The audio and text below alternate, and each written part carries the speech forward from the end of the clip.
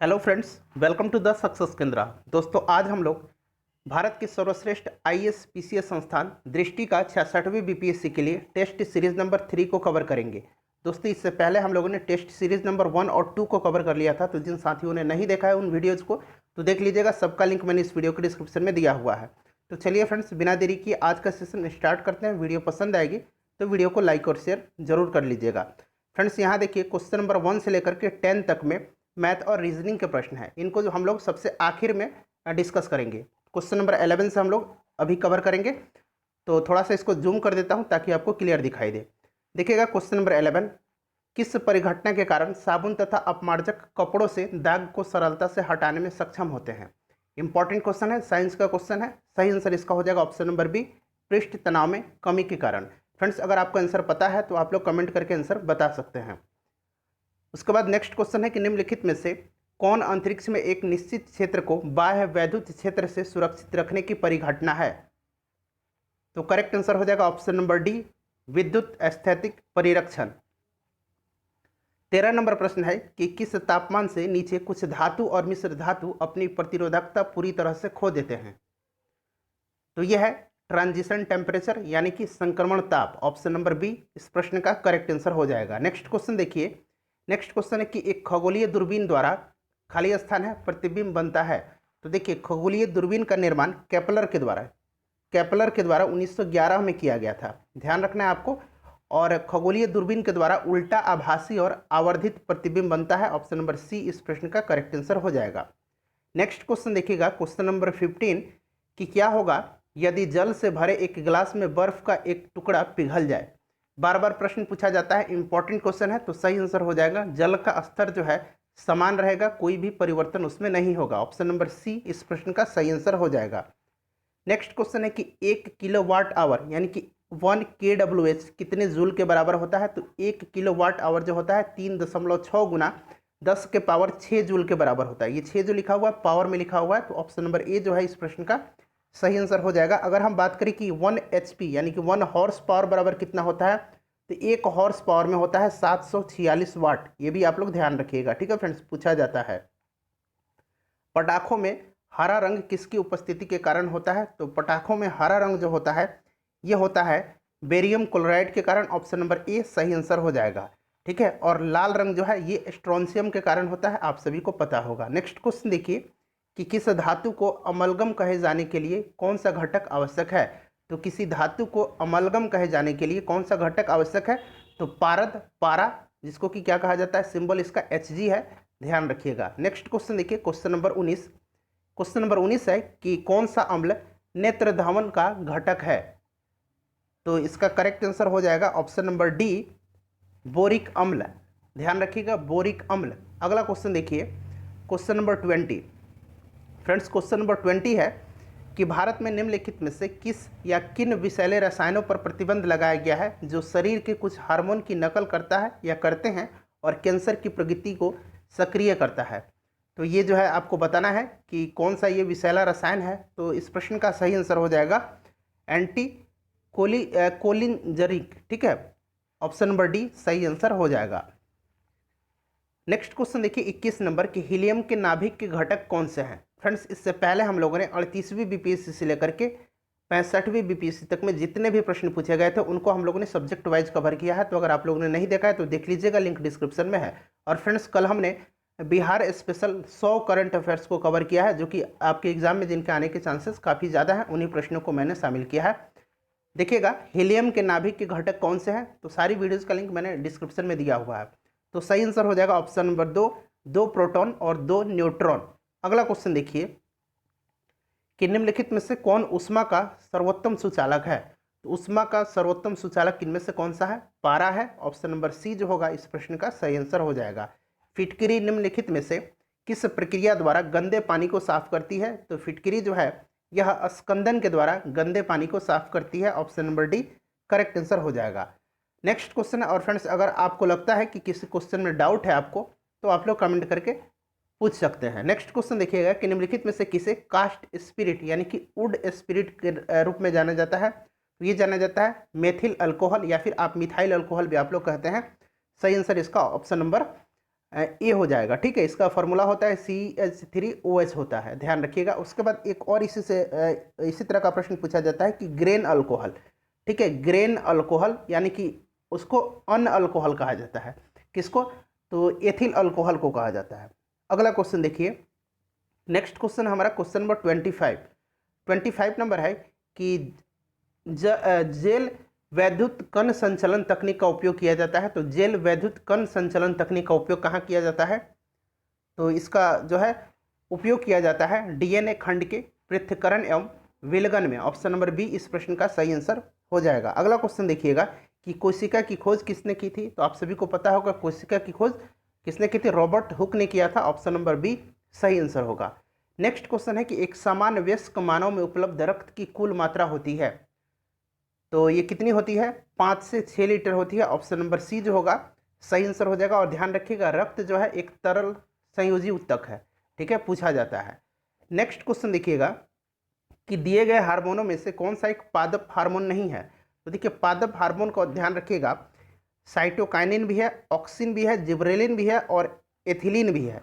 ठीक है, एक और नाम याद रखिएगा एब्सेसिक एसिड। ठीक है, एब्सेसिक एसिड ये भी जो है पादप हार्मोन है, एब्सेसिक एसिड। ठीक है फ्रेंड्स, और ध्यान रखिएगा ये जो एथिलीन है ना, ये फलों के पकाने में सहायक होता है। ठीक है, ये कोशिका विभाजन में सहायक होता है साइटोकाइनिन।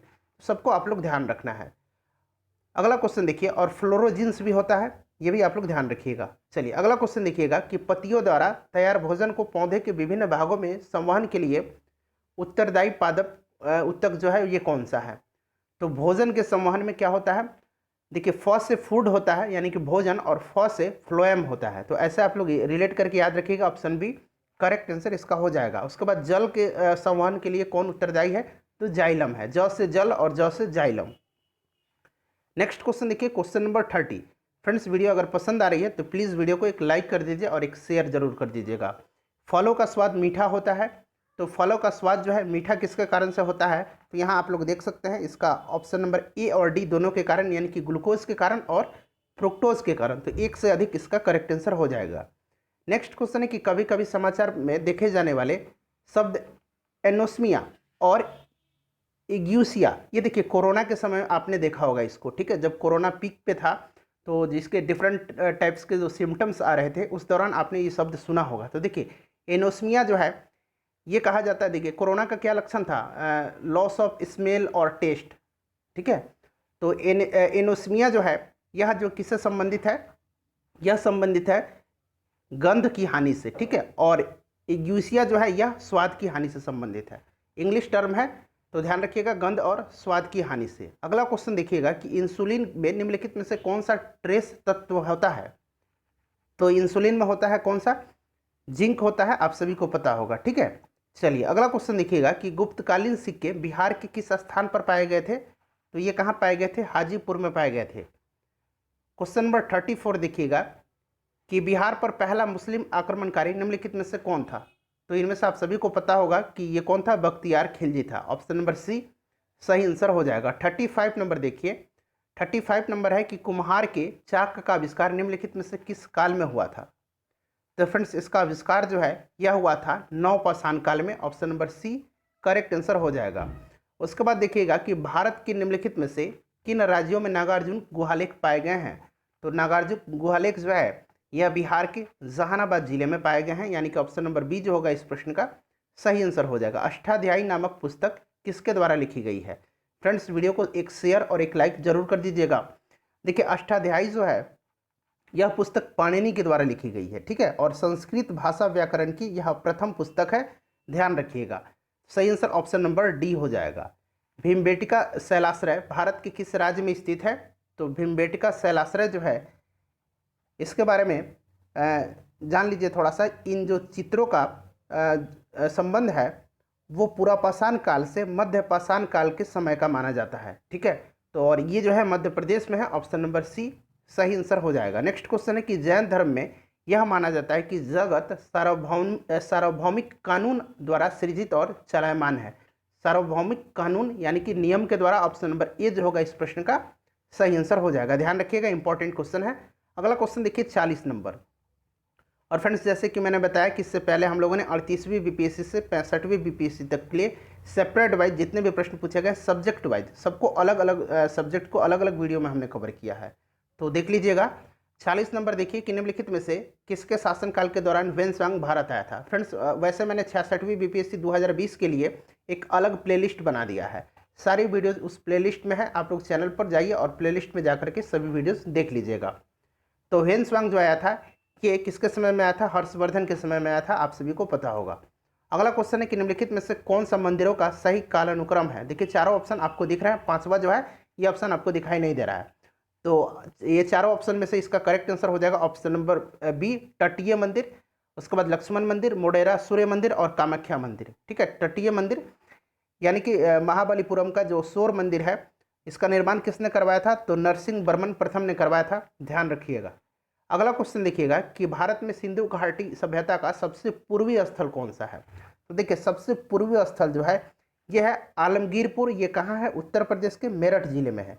उसके बाद अगर हम बात करें फ्रेंड्स कि सबसे पश्चिमी जो है स्थल कौन सा है, तो सबसे पश्चिमी स्थल जो है सूतकांगेड़ो है। ठीक है, सूतकांगेड़ो है। सबसे उत्तरी स्थल जो है ये मांदा है और सबसे दक्षिणी स्थल जो है ये दाइमाबाद है। तो सब कुछ ध्यान रखिएगा, चारों मैंने दिशाओं में बता दिया, ध्यान रखना आपको। उसके बाद देखिए क्वेश्चन नंबर 43 कि दारा सिकोह किस सूफी सिलसिले का अनुयायी था। तो दारा सिकोह जो था यह शाहजहां के पुत्रों में सबसे जो है कहीं शिक्षित था, विद्वान था। ठीक है, और दारा सिकोह से संबंधित आपको 2-3 युद्ध याद रखने हैं, जैसे धर्मट का युद्ध, सामुगढ़ का युद्ध और देवराई घाटी का युद्ध। ये दारा सिकोह और औरंगजेब के बीच का उत्तराधिकार का जो युद्ध था, ये 3 युद्ध काफ़ी इंपॉर्टेंट है। ठीक है, और तीनों युद्ध में दारा सिकोह हार जाता है। और दारा सिकोह जो था ये कादरी सिलसिले का अनुयायी था। ऑप्शन नंबर ए जो होगा इस प्रश्न का सही आंसर हो जाएगा। नेक्स्ट क्वेश्चन देखिए कि किस मुगल सम्राट ने अपने साम्राज्य में तंबाकू के उपयोग को प्रतिबंधित किया था। तो फ्रेंड्स ये किसने किया था, ये जहांगीर ने किया था। किसने किया था फ्रेंड्स, जहांगीर ने किया था, आप सभी को पता होगा, ऑप्शन नंबर डी सही आंसर हो जाएगा। और टोबैको इंट्रोड्यूस किसने किया था इंडिया में, तो पुर्तगालियों ने किया था। अगला क्वेश्चन 45 नंबर देखिए कि पानीपत का तृतीय युद्ध कब हुआ था। तो आप लोग जरा कमेंट करके बताइए कि पानीपत का दूसरा युद्ध जो है ये कब और किसके बीच में हुआ था।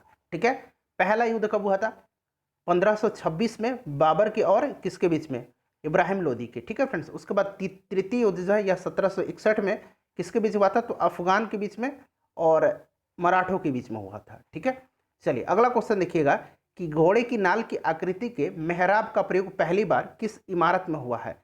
तो ये इमारत है अल्लाई दरवाज़ा। अल्लाई दरवाज़ा का निर्माण किसने करवाया था, अलाउद्दीन खिलजी ने करवाया था। उसके बाद जमैयत खाना मस्जिद, इसका भी निर्माण अलाउद्दीन खिलजी ने ही करवाया है। सीरी का किला, इसका भी निर्माण अलाउद्दीन खिलजी ने ही करवाया है, ध्यान रखिएगा।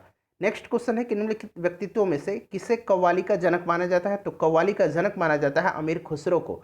ऑप्शन नंबर सी इस प्रश्न का सही आंसर हो जाएगा। नेक्स्ट क्वेश्चन देखिए कि मध्यकाल के दौरान निम्नलिखित में से कौन त्रिपक्षीय जो संघर्ष था उसका भागीदार नहीं था। तो ध्यान से सुनिए, राष्ट्रकूट वंश के गोविंद तृतीय ने त्रिपक्षीय संघर्ष में भाग लेकर चक्रा युद्ध एवं उसके संरक्षक पाल वंश के धर्मपाल तथा प्रतिहार वंश के शासक नागभट्ट द्वितीय को पराजित किया था। तो कौन कौन से वंश हो गए, राष्ट्रकूट वंश, उसके बाद बात करें तो पाल वंश और गुर्जर प्रतिहार वंश। तो चोल वंश जो था इसमें शामिल नहीं था। नेक्स्ट क्वेश्चन देखिए कि निम्नलिखित में से किसने गुलरुखी उपनाम का उपयोग किया था, इंपॉर्टेंट है। तो देखिए गुलरुखी उपनाम से अपनी कविताओं की रचना सिकंदर लोदी ने किया था। किसने किया था, सिकंदर लोदी ने। देखिए सिकंदर लोदी ऑप्शन में नहीं है, तो इनमें से कोई नहीं, इसका करेक्ट आंसर हो जाएगा सिकंदर लोदी ने गुलरुखी उपनाम से अपनी कविताओं की रचना की थी। नेक्स्ट क्वेश्चन 50 नंबर देखिएगा। क्वेश्चन नंबर 50 है कि निम्नलिखित में से किससे संबंधित संवैधानिक प्रावधानों को संसद में विशेष बहुमत के माध्यम से संशोधित किया जा सकता है। तो सही आंसर हो जाएगा ऑप्शन नंबर सी मौलिक अधिकार। ऑप्शन नंबर सी मौलिक अधिकार, ध्यान रखिएगा। नेक्स्ट क्वेश्चन देखिए, निम्नलिखित में से किस मामले में सर्वोच्च न्यायालय ने माना कि एक दया याचिका के निपटारे में सरकार की ओर से हो रही देरी के आधार पर एक कैदी की मृत्युदंड की सजा उम्र कैद में परिवर्तित हो सकती है। चारों ऑप्शन आपके सामने हैं। देखिए इस प्रश्न का सही आंसर हो जाएगा ऑप्शन नंबर ए हो जाएगा शत्रुघ्न चौहान बनाम भारत संघ। अगला क्वेश्चन देखिए, क्वेश्चन नंबर 52 प्रश्न है कि निम्नलिखित में से कौन संसद के दोनों सदनों की संयुक्त बैठक की अध्यक्षता नहीं कर सकता है, नहीं लगाया गया है। तो सबसे पहले जानिए कि संयुक्त बैठक की जो प्रावधान है वो अनुच्छेद 108 में है। किसमें है फ्रेंड्स? अनुच्छेद 108 में है, ध्यान रखिएगा। और इसकी अध्यक्षता कौन करता है? तो लोकसभा का अध्यक्ष करता है। अगर लोकसभा का अध्यक्ष नहीं है तो लोकसभा का उपाध्यक्ष करेगा, अगर वो भी नहीं है तो राज्यसभा के उपसभापति करेंगे। ठीक है, तो देखिए राज्यसभा का अध्यक्ष नहीं करता है, राष्ट्रपति नहीं करता है, राज्यसभा का उपसभापति कर सकता है। उसके बाद लोकसभा का अध्यक्ष तो करता ही है, उपाध्यक्ष ही करता है। तो ये दोनों जो है इसके नहीं में ये दो आ जाएंगे तो एक से अधिक इसका करेक्ट आंसर हो जाएगा। ठीक है, चलिए अगला क्वेश्चन देखिए कि निम्नलिखित में से कौन सा मौलिक अधिकार भारतीय नागरिकों के लिए तो उपलब्ध है परंतु विदेशियों के लिए नहीं है? तो ये है वाक एवं अभिव्यक्ति की स्वतंत्रता, ये विदेशियों के लिए उपलब्ध नहीं है। बार बार प्रश्न पूछा जाता है तो ध्यान रखिएगा। ठीक है, और ये अनुच्छेद 19A में है, ध्यान रखिएगा। चलिए अगला क्वेश्चन देखिएगा, क्वेश्चन नंबर 54 नंबर है कि भारतीय संविधान के अनुसार न्यायिक समीक्षा की शक्ति निम्नलिखित में से किसमें निहित है? तो फ्रेंड्स ये निहित है सर्वोच्च न्यायालय और उच्च न्यायालय, यानी कि हाई कोर्ट और सुप्रीम कोर्ट। तो एक से अधिक इसके करेक्ट आंसर हो जाएंगे। भारतीय संविधान का कौन सा भाग देश में निर्वाचन के प्रावधानों से संबंधित है? इंपॉर्टेंट क्वेश्चन है। तो इसका करेक्ट आंसर हो जाएगा भाग 15 में, अनुच्छेद 324 से लेकर के 329 तक में है, ध्यान रखिएगा। ठीक है, भाग 15 में, तो भाग 15 इनमें से कौन सा हो जाएगा? ऑप्शन नंबर डी हो जाएगा। चलिए अगला क्वेश्चन देखिए कि संविधान के निम्नलिखित में से कौन सा प्रावधान राज्य के नीति निर्देशक तत्व हैं? तो चारों ऑप्शन आपको दिख रहे होंगे। तो ये अंतर्राष्ट्रीय शांति एवं सुरक्षा को बढ़ावा देना, यह राज्य के नीति निर्देशक तत्व है। और ये किस आर्टिकल में है? आर्टिकल 51 में है, ध्यान रखना है इसको भी। अगला क्वेश्चन देखिए कि निम्नलिखित में से किस रिट का अर्थ है प्राधिकृत या वारंट द्वारा? तो फ्रेंड्स 57 का आप लोगों को पता है कि टोटल 5 प्रकार के रिट हैं सुप्रीम कोर्ट और हाई कोर्ट को जारी करने का। और इसमें से आपको पूछा गया है कि प्राधिकृत या वारंट द्वारा, तो इसका करेक्ट आंसर हो जाएगा अधिकार परीक्षा, ऑप्शन नंबर ए सही आंसर इसका हो जाएगा। नेक्स्ट क्वेश्चन देखेंगे, क्वेश्चन नंबर 58। क्वेश्चन नंबर 58 है, और फ्रेंड्स जहां एक्सप्लेनेशन की आवश्यकता है वहां मैं बताऊंगा, बाकी तो आप जानते ही हैं। अगला क्वेश्चन है कि निम्नलिखित में से किसका उल्लेख संसद की नियम प्रक्रिया में नहीं किया गया है? तो संसद की नियम प्रक्रिया में जो है प्रश्नकाल है, कंगारू कटौती है, मूल प्रस्ताव है, ये जो शून्यकाल है ये नहीं है। ठीक है, शून्यकाल क्या होता है? तो प्रश्नकाल के ठीक बाद का समय जो होता है वो शून्यकाल होता है, और ये संसद की नियम प्रक्रिया में नहीं है। अगला क्वेश्चन देखिए कि निम्नलिखित में से कौन सा निकाय आंग्ल भारतीय समुदाय के लिए संवैधानिक एवं अन्य कानूनी संरक्षणोपाय से संबंधित मामलों की जांच करता है और राष्ट्रपति को इसकी रिपोर्ट प्रस्तुत करता है? तो फ्रेंड्स ये कौन सा जो है निकाय है? तो ये निकाय है राष्ट्रीय अनुसूचित जाति आयोग, ऑप्शन नंबर बी सही आंसर हो जाएगा। 60 नंबर प्रश्न देखिए कि भारतीय संविधान का 73वां संशोधन अधिनियम 1992 उन सभी राज्यों में पंचायती राज की त्रिस्तरीय प्रणाली का प्रावधान करता है जिसकी जनसंख्या है? तो फ्रेंड्स जिसकी जनसंख्या 20 लाख से अधिक है, सही आंसर ऑप्शन नंबर बी हो जाएगा। नेक्स्ट क्वेश्चन देखिए, काफ़ी अच्छा स्टेट है ये दृष्टि का, तो आप लोग इसको लगाइएगा एंड तक और एक दो बार खुद से इसको प्रयास कीजिएगा बनाने का। ठीक है फ्रेंड्स, निम्नलिखित में से कौन सा बिहार का पहला मुख्यमंत्री था? तो बिहार के पहले मुख्यमंत्री श्री कृष्ण सिंह थे, आप सभी को पता होगा। क्वेश्चन नंबर 62 देखिए कि बिहार विधानसभा में अनुसूचित जातियों, देखिए अनुसूचित जातियों के लिए कितनी सीटें आरक्षित है? तो अनुसूचित जातियों के लिए 38 सीटें आरक्षित है और अनुसूचित जनजाति के लिए 2 सीट आरक्षित है। दोनों को ध्यान रखिएगा, टोटल 243 सीट है बिहार विधानसभा में, आप सभी को पता होगा। अगला क्वेश्चन है कि बिहार राज्य में ग्राम कचहरी का गठन कितनी अवधि के लिए किया जाता है? तो ये 5 साल के लिए किया जाता है। नेक्स्ट क्वेश्चन देखिए कि मगध प्रमंडल का मुख्यालय कहाँ है? तो मगध प्रमंडल का मुख्यालय जो है ये गया में है, option number D correct answer इसका हो जाएगा। उसके बाद नेक्स्ट क्वेश्चन देखिएगा 65 नंबर कि प्रधानमंत्री ई गोपाला ऐप लॉन्च किया गया है। तो देखिए ई गोपाला ऐप जो है पशुपालक उत्पादन बढ़ाने के लिए पशुपालन से जुड़ी सभी जानकारियां इसके माध्यम से दी जाएगी। ठीक है, तो इनमें से कोई नहीं इसका करेक्ट आंसर हो जाएगा, ध्यान रखिएगा। ठीक है, चलिए अगला क्वेश्चन देखिए कि निम्नलिखित में से किस मंत्रालय ने जाया जेटली टास्क फोर्स का गठन किया है? तो ये जाया जेटली टास्क फोर्स जो है ये देखिए शिशु मृत्यु, मातृ मृत्यु दर, बाल लिंग का अनुपात, इन सब के लिए किया गया है महिला एवं बाल विकास मंत्रालय के द्वारा, ऑप्शन नंबर सी सही आंसर हो जाएगा। और इसका नेतृत्व कौन करेंगी? जाया जेटली करेंगी। ठीक है, अगला क्वेश्चन देखिए, नेक्स्ट क्वेश्चन हमारा है 67 नंबर कि निम्नलिखित में से किसके द्वारा विश्व निवेश रिपोर्ट 2020 जारी किया जाता है? तो फ्रेंड्स ये जारी किया जाता है किसके द्वारा? ये व्यापार एवं विकास पर संयुक्त राष्ट्र सम्मेलन, ऑप्शन नंबर ए सही आंसर हो जाएगा इसका, ठीक है, अंकटाड के द्वारा, UNCTAD, ठीक है। और इसकी एक रिपोर्ट आई है जिसमें कि FDI के मामले में भारत 9वां देश बना है, FDI पाने वाला, प्राप्त करने वाला भारत 9वां देश बना है, ध्यान रखिएगा। अगला क्वेश्चन है कि किस राज्य में तेलिया रुमाल तकनीक को GI टैग प्रदान किया गया है? तो तेलिया रुमाल जो है नाम से ही तेलिया तेलंगाना, ऐसा आप रिलेट कीजिएगा, ऑप्शन नंबर डी सही आंसर हो जाएगा। अगला क्वेश्चन है कि विश्व संस्कृत दिवस 2020 की तिथि को मनाया गया? तो ये 3 अगस्त को मनाया गया है, ध्यान रखिएगा। नेक्स्ट क्वेश्चन है कि निम्नलिखित में से कौन सा देश आर्टिफिशियल इंटेलिजेंस पर ग्लोबल पार्टनरशिप के सदस्य नहीं है? तो देखिए ये सभी देश जो है सदस्य हैं, तो नहीं पूछा गया है, तो इनमें से कोई नहीं इसका करेक्ट आंसर हो जाएगा। उसके बाद देखिए OSOWOG, इसका फुल फॉर्म होता है वन सन, यहाँ मैं लिख देता हूँ वन सन यानी कि एक सूर्य। उसके बाद देखिए वन वर्ल्ड, एक विश्व, और वन ग्रिड, ठीक है, वन ग्रिड इसका फुल फॉर्म होता है। और 71 का अगर बात करें तो करेक्ट आंसर हो जाएगा एक समान ग्रिड के माध्यम से सौर ऊर्जा का उपयोग एवं हस्तांतरण से, ऑप्शन नंबर बी सही आंसर इसका हो जाएगा। यह सौर ऊर्जा से संबंधित परियोजना है, ध्यान रखिएगा। नेक्स्ट क्वेश्चन देखिएगा, क्वेश्चन नंबर 72। और फ्रेंड्स वीडियो पसंद आ रही है तो आप लोग यस लिखकर बता दीजिए। देखिए आपका एक लाइक जो है ना और एक शेयर या फिर आप एक कमेंट करते हैं तो इससे काफ़ी मोटिवेशन मिलती है मुझे, तो आप लोग लाइक शेयर तो कर ही दीजिएगा, एक कमेंट भी करके बता दीजिए कि वीडियो आपको कैसी लग रही है। स्वच्छ सर्वेक्षण रिपोर्ट 2020 अगस्त 2020 में जारी की गई, यह सर्वेक्षण का कौन सा संस्करण था? तो फ्रेंड्स यह चौथा संस्करण था, option number B correct answer हो जाएगा। और इंदौर जो है पहले स्थान पर रहा है। अगला क्वेश्चन देखिएगा कि legend of Suheldev the king who saved India, इस पुस्तक के लेखक कौन है? मोस्ट इंपॉर्टेंट पुस्तक है, इसको आप लोग याद रखिएगा। ये पुस्तक लिखी गई है अमीश त्रिपाठी के द्वारा, option number B correct answer होगा। उसके बाद देखिए देपोरिजो पुल का निर्माण भारत के किस राज्य में किया गया है? तो देपोरिजो पुल का निर्माण जो है ध्यान रखिएगा सुबनसिरी नदी पर, यहाँ मैं लिख देता हूँ नदी का नाम, सुबनसिरी नदी पर किया गया है। किस राज्य में? तो ये अरुणाचल प्रदेश में किया गया है और इसका उद्घाटन अरुणाचल प्रदेश के चीफ मिनिस्टर पेमा खांडू के द्वारा की गई। उसके बाद देखिए वैगन 12 नामक भारतीय रेलवे का पहला 12,000 HP का इलेक्ट्रिक इंजन कहाँ बनाया गया? तो HP मैंने बताया था हॉर्स पावर, ठीक है, तो ये मध्यपुरा इलेक्ट्रिकल लोकोमोटिव जो कि बिहार में है उसी के द्वारा बनाया गया है, ध्यान रखिएगा। चक्रवात अम्फन से कौन सा देश प्रभावित था? तो देखिए चक्रवात अम्फन जो है हाल ही में बंगाल की खाड़ी में आया हुआ था और इससे भारत के जो आंध्र प्रदेश हैं, उसके बाद उड़ीसा है और पश्चिम बंगाल है, इनमें भारी तबाही देखने को मिली थी और बांग्लादेश भी इससे प्रभावित हुआ था। तो भारत और बांग्लादेश एक से अधिक करेक्ट आंसर हो जाएंगे। इसका नामकरण जो है इंपॉर्टेंट है, इसका नामकरण किसने किया था? थाईलैंड ने किया था। किसने किया था फ्रेंड्स? थाईलैंड ने किया था इसका नामकरण अम्फन, ये ध्यान रखना है आपको। 77 नंबर देखिएगा फ्रेंड्स, करंट अफेयर्स का मैंने करीब 10 से 12 वीडियो कराया है, तो अगर आप लोगों ने नहीं देखा है तो देख लीजिएगा।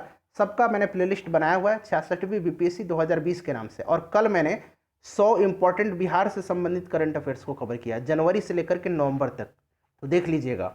निम्नलिखित में से किसे EY world entrepreneur of the year 2020 का पुरस्कार मिला है? तो फ्रेंड्स ये मिला है बायोकॉन, एक कंपनी है जिसकी चेयरपर्सन और मैनेजिंग डायरेक्टर हैं डॉक्टर किरण मजुमदार साव, इन्हीं को दिया गया है, ध्यान रखिएगा। नेक्स्ट क्वेश्चन देखिए कि जॉन पोम्बे मुगुफुली को कहाँ का राष्ट्रपति नियुक्त किया गया है? तो फ्रेंड्स ये जो बने हैं तंजानिया के राष्ट्रपति बने हैं और तंजानिया की राजधानी क्या कहाँ है? डोडोमा है, राजधानी आप लोग ध्यान रखना है डोडोमा, ठीक है। चलिए अगला क्वेश्चन देखिए, और ये अफ्रीका में है। वर्तमान में भारत का मुख्य चुनाव आयुक्त कौन है? तो ये पता होगा सुनील अरोड़ा जी हैं। उसके बाद संघाई सहयोग संगठन, सामूहिक सुरक्षा संधि संगठन और राष्ट्रमंडल के स्वतंत्र राज्यों के रक्षा मंत्रियों की संयुक्त बैठक का आयोजन कहाँ हुआ? तो फ्रेंड्स ये हुआ है रूस में। कहाँ? रूस, मॉस्को में, option number A correct answer होगा। उसके बाद 81 नंबर प्रश्न देखिए कि सितंबर 2020 में आयोजित इटालियन ओपन महिला वर्ग किसने जीता है? तो महिला वर्ग जीता है सिमोना हालेप ने, और पुरुष वर्ग पूछे तो नोवाक जोकोविच, ठीक है, ध्यान रखिएगा। अगला क्वेश्चन देखिए कि 63वीं राष्ट्रीय शूटिंग चैंपियनशिप में पुरुष वर्ग की 10 मीटर एयर पिस्टल में स्वर्ण पदक किसने जीता है? तो ये जीता है सौरभ चौधरी ने। किसने जीता है? सौरभ चौधरी ने। और बिहार की श्रेयसी सिंह ने भी जीता है मेडल, ध्यान रखिएगा, ठीक है। और इसका आयोजन कहाँ हुआ था? ये 63वीं राष्ट्रीय शूटिंग चैंपियनशिप, तो फ्रेंड्स मध्य प्रदेश के भोपाल में। बिहार से रिलेटेड जो मैंने करंट अफेयर्स कराया है उसमें मैंने इसका जिक्र किया है, तो आप लोग देख लीजिएगा, ठीक है। देखिए दृष्टि के सेट में भी इस तरह के प्रश्न पूछे गए हैं। अगला क्वेश्चन देखिए कि निम्नलिखित में से किसे या किन्हें चिकित्सा के क्षेत्र में 2020 के नोबेल पुरस्कार से सम्मानित किया गया है चिकित्सा के क्षेत्र में, यानी कि मेडिसिन के फील्ड में। तो ये दिया गया है हार्वे जे अल्टर, माइकल ह्यूस्टन और चार्ल्स एम राइस, यानी कि तीनों को दिया गया है। तो सही आंसर एक से अधिक हो जाएगा। ठीक है, चलिए अगला क्वेश्चन देखिए। भानु अथैया का हाल ही में निधन हो गया है, वह निम्न में से किस क्षेत्र से संबंधित थी? तो भानु अथैया एक फेमस पर्सनालिटी हैं और इनको जो है ऑस्कर से भी सम्मानित किया गया था। तो ये फिल्म उद्योग से संबंधित है, ध्यान रखिएगा। अटल सुरंग समुद्र तल से 10,000 फीट के ऊपर विश्व की सबसे लंबी हाईवे टनल है, यानी कि हाईवे सुरंग है। इसकी लंबाई क्या है? तो फ्रेंड्स, हाल ही में प्रधानमंत्री मोदी के द्वारा अटल सुरंग का जो है उद्घाटन किया गया था। ध्यान रखना है, मोदी जी ने इसका उद्घाटन किया था और इसकी ये जो है लेह और मनाली को जोड़ता है। ठीक है, और ये हिमाचल प्रदेश में है। पहले रोहतांग दर्रा के नाम से जाना जाता था, अब अटल सुरंग इसका नाम हो गया है। इसकी लंबाई है 9.02 किलोमीटर। तो इतनी सारी बातें ध्यान रखना है। उसके बाद 86 नंबर देखिएगा कि निम्नलिखित में से किस राज्य ने भारत में पहली बार समुद्री एम्बुलेंस की शुरुआत की है? इंपॉर्टेंट क्वेश्चन है, तो पहली बार है तो इंपॉर्टेंट है। केरल ने शुरू किया है। इसका नाम क्या है? प्रतीक्षा। नाम भी याद रखिएगा, नाम क्या है? प्रतीक्षा। ठीक है, चलिए अगला क्वेश्चन देखिए कि हरा परिसर योजना जो है बिहार के किस राज्य से माफ कीजिएगा, भारत के किस राज्य से संबंधित है? तो ये बिहार से संबंधित है। Option number B correct answer इसका हो जाएगा। उसके बाद नेक्स्ट क्वेश्चन है कि हाल ही में म्यांमार के राष्ट्रपति विन मिंट द्वारा बिहार के निम्नलिखित स्थानों में से किस स्थान की यात्रा की गई थी? फ्रेंड्स, कल वाले करंट अफेयर्स में भी ये मैंने प्रश्न कवर कराया था, तो जिन लोगों ने देखा होगा उनको आंसर मालूम होगा, नहीं देखे हैं तो देख लीजिएगा। 100 इंपॉर्टेंट क्वेश्चन है और काफ़ी चांसेस हैं कि वहीं से प्रश्न आपके एग्जाम में देखने को मिलेंगे। तो ये विन मिंट जो थे ये म्यांमार के राष्ट्रपति थे और इन्होंने बोध गया की यात्रा की थी, ध्यान रखिएगा। नेक्स्ट क्वेश्चन है कि हाल ही में भारत सरकार के डाक विभाग और बिहार सरकार के बागवानी विभाग ने बिहार के लोगों के घर तक किस फल या फलों की आपूर्ति के लिए भागीदारी की है? तो एक चीज़ यहाँ से आपको ध्यान रखना है कि बिहार सरकार के बागवानी विभाग ने किसके साथ समझौता किया है? तो आपको याद रखना है डाक विभाग के साथ। किसके साथ?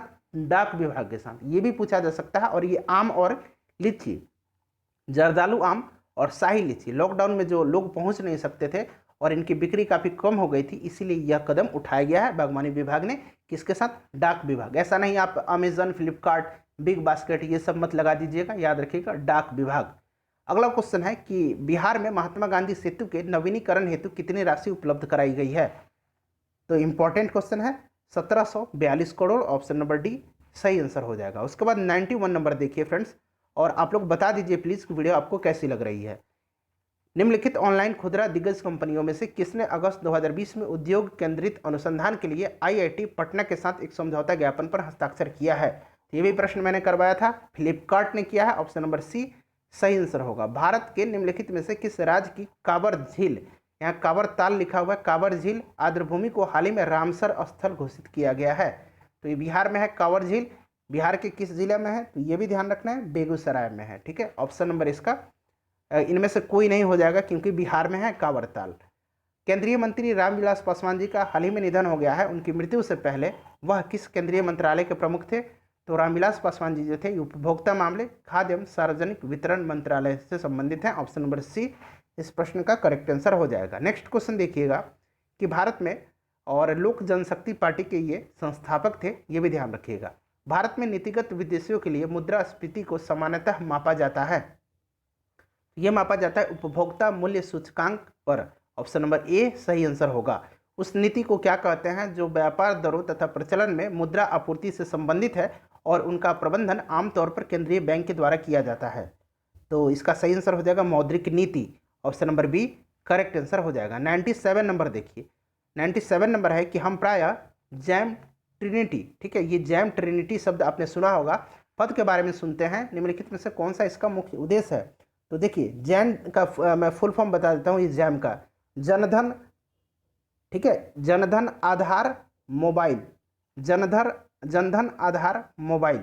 ठीक है, तो सही आंसर इसका हो जाएगा ऑप्शन नंबर बी प्रत्यक्ष लाभ हस्तांतरण।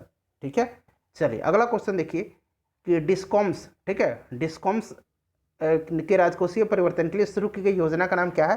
तो आपने सुना होगा कि उज्ज्वला डिस्कॉम्स एश्योरेंस योजना, उज्ज्वला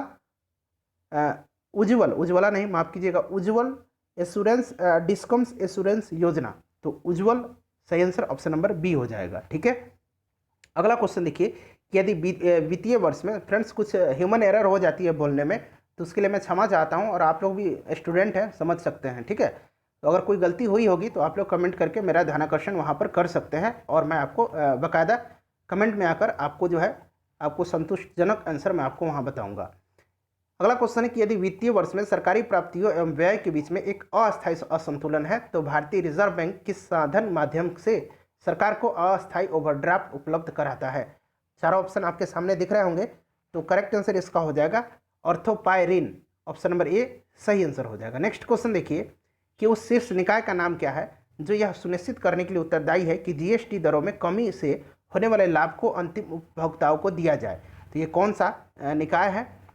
तो फ्रेंड्स इसका करेक्ट आंसर जो है वो क्या हो जाएगा, सही आंसर हो जाएगा इसका ऑप्शन नंबर सी, राष्ट्रीय मुनाफाखोरी रोधी प्राधिकरण।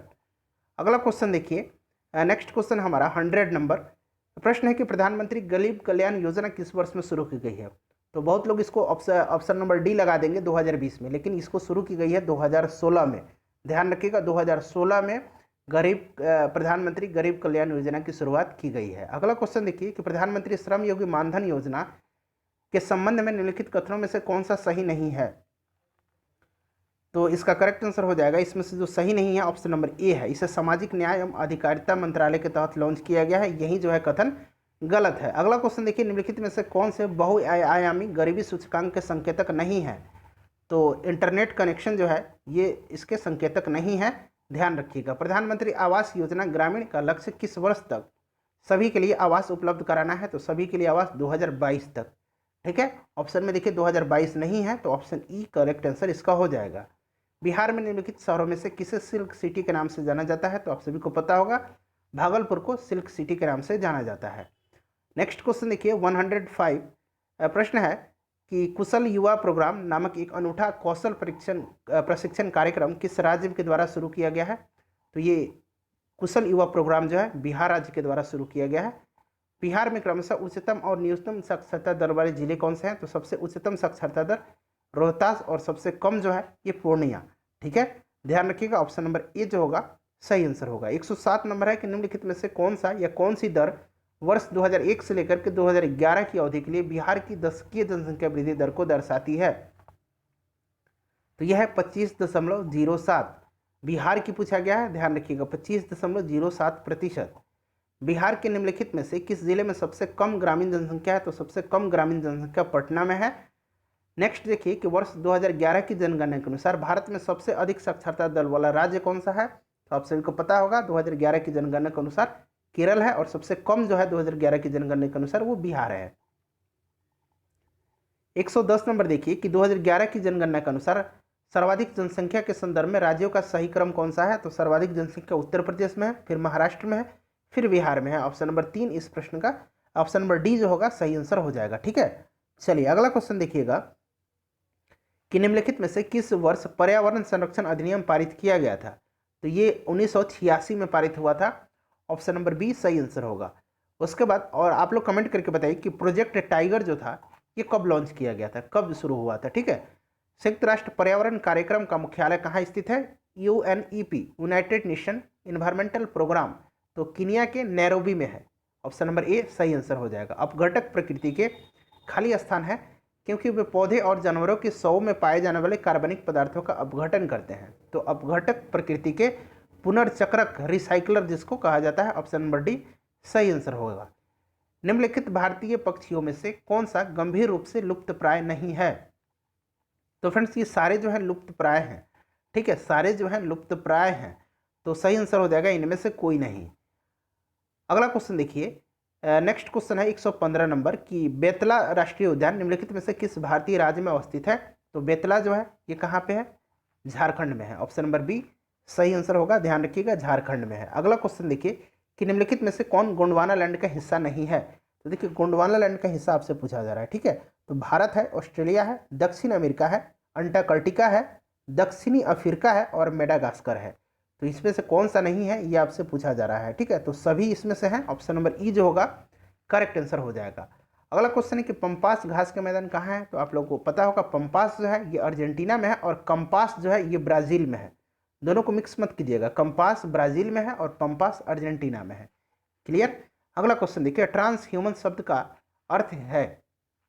तो फ्रेंड्स ट्रांस ह्यूमन शब्द का अर्थ जो है यह लोगों के साथ पशुधन की मौसमी पलायन। ऑप्शन नंबर सी सही आंसर होगा। निम्नलिखित में से कौन सी परत वायुमंडल की सबसे ऊपरी परत है? सबसे निचली परत जो है क्षोभ मंडल है और सबसे ऊपरी परत जो है ये बहिर्मंडल है। ऑप्शन नंबर बी जो होगा सही आंसर होगा। अगला क्वेश्चन देखिए 120 नंबर कि निम्नलिखित में से कौन सबसे ठंडा बायोम है? तो आप सभी को होगा टुंड्रा प्रदेश जो है ये सबसे ठंडा बायोम है। अगला क्वेश्चन है कि निम्नलिखित में से किस स्थान पर करेवा स्थलाकृतियां पाई जाती हैं? तो करेवा स्थलाकृतियां जो है ये कश्मीर हिमालय में पाई जाती है और यह जो है केसर उत्पादन के लिए फेमस जगह है। ठीक है, केसर उत्पादन के लिए ध्यान रखिएगा। उसके बाद देखिए भारत में कुल बंदरगाहों की संख्या कितनी है? तो फ्रेंड्स भारत में टोटल 13 बंदरगाह हैं। ठीक है, बड़े बंदरगाह 13 हैं और छोटे छोटे 200 से के आसपास बंदरगाह हैं। उसके बाद निम्नलिखित में से कौन सा बांध अपने स्थान के साथ सही सुमेलित नहीं है? तो देखिए उकाई जो है महाराष्ट्र में थोड़ी है, गुजरात में है। हीराकुंड उड़ीसा में है। बगलिहार बांध ये जम्मू कश्मीर में है और पंचेत बांध ये झारखंड दामोदर नदी में है। ये तो बिल्कुल करेक्ट है। ठीक है, तो देखिए सुमेलित नहीं पूछा गया तो एक से अधिक हो जाएंगे, 3 इसमें सुमेलित नहीं है। क्लियर, पंचेत कहाँ है? दामोदर नदी पर, कहाँ? झारखंड में, ये सुमेलित है। अगला क्वेश्चन देखिए निम्नलिखित में से कौन सी एक पश्चिम की ओर बहने वाली नदी है? तो नर्मदा, ताप्ती ये सारे पश्चिम की ओर बहने वाली नदियां हैं, तो नर्मदा इसका सही आंसर हो जाएगा। नेक्स्ट क्वेश्चन 125 नंबर देखिए कि भारत के निम्नलिखित में से किस राज्य में नाथुला दर्रा स्थित है? तो नाथुला जो है सिक्किम में स्थित है। ठीक है, नाथुला सिक्किम में है। जेलेस्पा दर्रा भी सिक्किम में है। नाथुला और जेलेस्पा दोनों सिक्किम में है, याद रखिएगा। अगला क्वेश्चन देखिए कि निम्नलिखित में से भारत में हरित क्रांति के जनक के रूप में जाने जाते हैं? तो एम एस स्वामीनाथन है, आप सभी को पता होगा। मानव विकास सूचकांक की जो अवधारणा किसने प्रस्तुत की थी? तो ये किया था डॉक्टर महबूल उल हक के द्वारा और ये पाकिस्तान के फेमस अर्थशास्त्री थे। कहाँ के? पाकिस्तान के। नेक्स्ट क्वेश्चन है कि बिहार के चंपारण जिले को किस वर्ष 2 जिलों में विभाजित किया गया, यानी कि पूर्वी चंपारण और पश्चिमी चंपारण में? तो ध्यान रखिएगा ये कब विभाजित किया गया? तो ये 1972 में किया गया। फ्रेंड्स थोड़ा मैं जल्दी करा रहा हूँ क्योंकि वीडियो लंबी हो जाएगी, वैसे आपको असुविधा होगी, बहुत ही कम समय रह गया अब आपके एग्जाम में। नेक्स्ट क्वेश्चन है कि बिहार के निम्नलिखित जिलों में से कौन सा उत्तर प्रदेश की सीमा को नहीं छूता है? तो इतना तो आपको मालूम हो गया होगा, बिहार पढ़ रहे हैं, बिहार की एग्जाम्स दे रहे हैं, तो बिहार के मैप के बारे में तो आपकी जानकारी होंगी ही। तो सही आंसर इसका हो जाएगा अररिया। अगला क्वेश्चन देखिए 130 नंबर कि निम्नलिखित में से किस राज्य में भारत की अधिकतम पाइराइट संसाधन पाए जाते हैं? तो अधिकतम कहाँ पाए जाते हैं? बिहार में। ऑप्शन नंबर डी सही आंसर हो जाएगा। लियाकत अली ने किस स्थान पर 1857 की क्रांति का नेतृत्व किया था? तो लियाकत अली साहब ने कहाँ से किया था फ्रेंड्स? इन्होंने किया था, ध्यान रखिएगा, इलाहाबाद से। ऑप्शन नंबर डी जो होगा करेक्ट आंसर इसका हो जाएगा। उसके बाद नेक्स्ट क्वेश्चन देखिए कि बंगाल विभाजन के दौरान सर्वप्रथम किसने ब्रिटिश वस्तुओं के बहिष्कार का सुझाव दिया था? तो ये दिया था कृष्ण कुमार मित्र ने। कृष्ण कुमार मित्र ने दिया था। ऑप्शन नंबर बी सही आंसर हो जाएगा। भारतीय राष्ट्रीय कांग्रेस की स्थापना के समय भारत का वायसराय कौन था? तो उस समय वायसराय लॉर्ड डफरिन था। ठीक है, कौन था? लॉर्ड डफरिन था, याद रखना है आपको, इंपॉर्टेंट क्वेश्चन है। अगला क्वेश्चन है कि असहयोग आंदोलन को स्थगित करने का कारण क्या था? तो ये चौरा चौरी कांड हो गया था। चौरा चौरी है कहाँ? तो ये गोरखपुर जिले में है। ठीक है, और ये चौरा चौरी कांड जो हुआ था ये 5 फरवरी, ठीक है 5 फरवरी, यहाँ मैं लिख देता हूँ 5 फरवरी 1922 को हो गया था। ठीक है, यहाँ हुआ क्या था कि जो ये असहयोग आंदोलन के आंदोलनकारी थे, इन्होंने ये चौरा चौरी पुलिस स्टेशन में आग लगा दिया था, जहाँ 21 सिपाहियों की जल करके मौत हो गई थी। ठीक है, 21 सिपाहियों की। तो गांधी जी इससे दुखी हो गए और इन्होंने असहयोग आंदोलन को स्थगित कर दिया। असहयोग आंदोलन 1920 में शुरू हुआ था। 135 नंबर प्रश्न देखिए कि भारत में सती प्रथा पर प्रतिबंध निम्नलिखित में से किस वर्ष लगाया गया था? तो ये 1829 में लगाया गया था लॉर्ड विलियम बेंटिक के द्वारा राजा राम मोहन राय के सहयोग से। नेक्स्ट क्वेश्चन देखिए कि निम्नलिखित में से कौन नेहरू रिपोर्ट का मसौदा तैयार करने वाली समिति के सदस्य नहीं थे? सदस्य पूछा गया। ठीक है, तो ध्यान रखिएगा ये जो नेहरू रिपोर्ट था ये किसकी अध्यक्षता में? तो ये मोतीलाल नेहरू की अध्यक्षता में। ठीक है, इसके सचिव कौन थे? तो सचिव जवाहरलाल नेहरू थे। जवाहरलाल नेहरू सचिव थे, सदस्य नहीं थे। सदस्य टोटल 9 व्यक्ति थे। ठीक है, टोटल 9 व्यक्ति थे और इनमें जो है वल्लभ भाई पटेल सदस्य नहीं थे और अभी मैंने बताया जवाहरलाल नेहरू सदस्य नहीं सचिव थे, ध्यान रखिएगा। ठीक है, बाकी MS आड़े, तेज बहादुर सप्रू और उसके बाद सुभाष चंद्र बोस भी थे, ये लोग सदस्य थे इसके। तो सही आंसर ऑप्शन ई हो जाएगा, यानी कि जवाहरलाल नेहरू भी इसके सदस्य नहीं थे और वल्लभ भाई पटेल भी इसके सदस्य नहीं थे। वल्लभ भाई पटेल नहीं थे और जवाहरलाल नेहरू जो थे इसके सचिव थे, सदस्य नहीं थे। ठीक है, माफ कीजिएगा, सचिव में शायद बोल दिया था, ये सचिव थे, सदस्य नहीं थे। ठीक, और नेहरू रिपोर्ट को कब प्रस्तुत किया गया, तो 1928 में। नेक्स्ट क्वेश्चन देखिए कि निम्नलिखित में से किस राज्य में रामोसी कृषक जत्था का गठन किया गया। तो रामोसी कृषक जत्था जो है ये कहाँ किया गया फ्रेंड्स, ये किया गया महाराष्ट्र में। किसके द्वारा, तो वासुदेव बलवंत फड़के के द्वारा। ऑप्शन नंबर ए सही आंसर इसका होगा। उसके बाद नेक्स्ट क्वेश्चन है कि किसे भारतीय पुनर्जागरण का जनक कहा जाता है। तो आप सभी को पता होगा, राजा राम मोहन राय को। निम्नलिखित में से किसने भारतीय सुधार संघ की स्थापना की थी। तो भारतीय सुधार संघ की स्थापना किसने किया था, केशव चंद्र सेन ने किया था। ऑप्शन नंबर सी सही आंसर हो जाएगा। नेक्स्ट क्वेश्चन 140 नंबर है। प्रश्न देखिए, कहा जा रहा है कि फ्रेंच ईस्ट इंडिया कंपनी का गठन किस वर्ष किया गया था। तो फ्रेंच ईस्ट इंडिया कंपनी का गठन जो है यह 1664 में हुआ था। भारतीय राष्ट्रीय आंदोलन के निम्नलिखित क्रांतिकारियों में से किसने कहा था कि 1857 का विद्रोह पहला स्वतंत्रता संग्राम था। तो ये क्या था, विनायक दामोदर सावरकर ने। ऑप्शन नंबर डी सही आंसर हो जाएगा। निम्नलिखित में से कौन असेंबली बम कांड में शामिल थे। तो ये थे बटुकेश्वर दत्त और भगत सिंह। ठीक है, तो एक से अधिक करेक्ट आंसर इसका हो जाएगा। नेक्स्ट क्वेश्चन है कि दक्षिण अफ्रीका में अपने लंबे प्रवास के बाद महात्मा गांधी कब भारत वापस आए थे।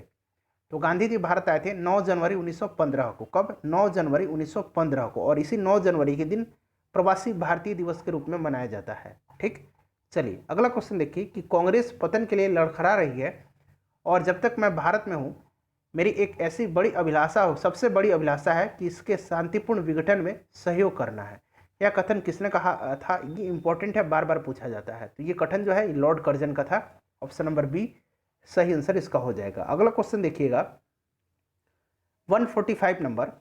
प्रश्न है कि निम्नलिखित में से किसे भारतीय प्रेस का मुक्तिदाता कहा जाता है। तो ये आप सभी को पता होगा, किसको कहा जाता है, चार्ल्स मेटकॉफ को। ऑप्शन नंबर ए सही आंसर हो जाएगा। ठीक है, निम्नलिखित स्थानों में से किस स्थान को नियंत्रण में लेने से हो उपद्रव उत्पन्न हुआ था।